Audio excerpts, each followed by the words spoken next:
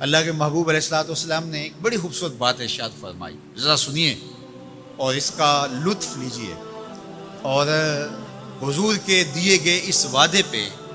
دل کے قرار کا سامان کیجئے۔ اللہ کے محبوب علیہ السلام نے ارشاد فرمایا کہ من یکفل لی اللہ یسأل الناس شیئا،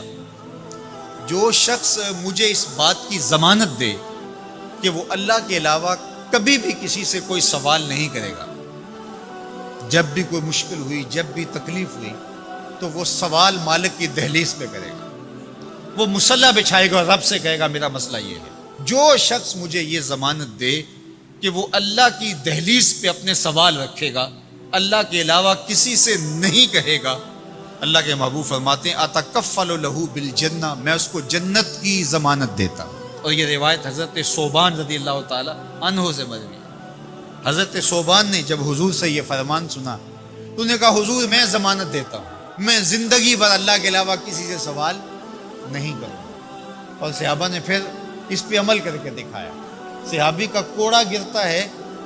اور وہ بھی گھوڑے سے نیچے اتر کے خود اٹھاتا ہے،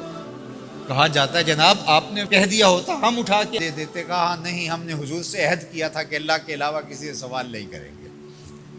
تو انہوں نے اتنا لحاظ رکھا اور اپنے وعدے کی پاسداری اس انداز سے بھی کی۔ تو یہ ہے وہ دولت جو کسی بندے کو اللہ صالح اعمال کے نتیجے میں عطا کرتا ہے۔ حضرت حسن بصری رضی اللہ تعالیٰ عنہ فرماتے ہیں کہ یہ کسی شخص کا ضعیف یقین ہے کہ جو اس کے پاس موجود ہے اس پر اس کو اعتماد ہے، اور اس کا جو حصہ اللہ کے پاس موجود ہے اس پر اس کو اعتماد نہیں ہے۔ دیکھیے ایک شخص کے پاس کچھ پیسے موجود ہوں، اس کی جیب میں ہے، اس کے لاکر میں ہے، گھر میں ہے، اور ایک وہ اس کا مال ہے جو بینک میں پڑا ہوا ہے، تو جس طرح وہ اپنے ہاتھ میں موجود پیسوں پر مطمئن ہوتا ہے، بینک میں پڑے ہوئے پیسوں پر بھی ایسے ہی مطمئن ہوتا ہے، کہتا ہے وہ بھی میرے ہی ہیں۔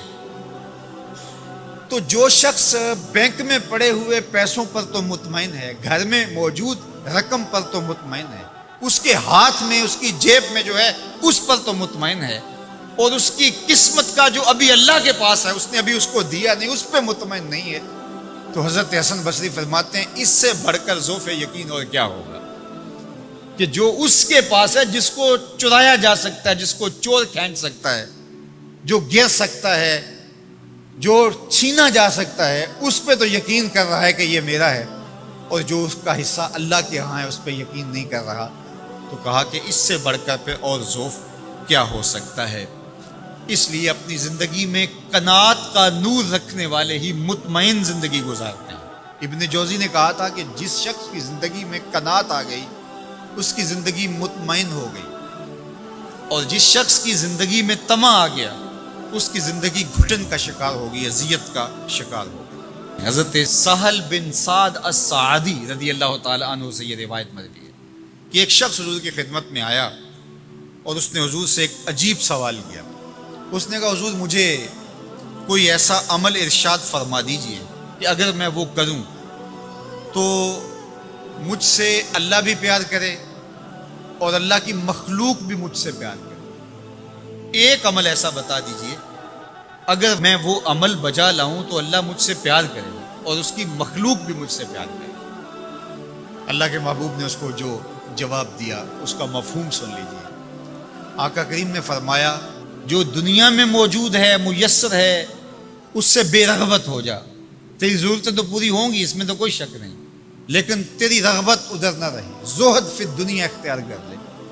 تو تجھ سے اللہ پیار کرے گا کہ یہ بندہ دنیا میں رہ کے بھی دنیا کا نہیں میرا ہے، اور جو لوگوں کے پاس ہے ان سے بے نیاز ہو جا تو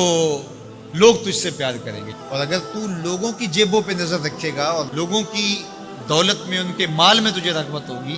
تو فرمایا کہ پھر لوگ تجھ سے دور ہٹ جائیں گے۔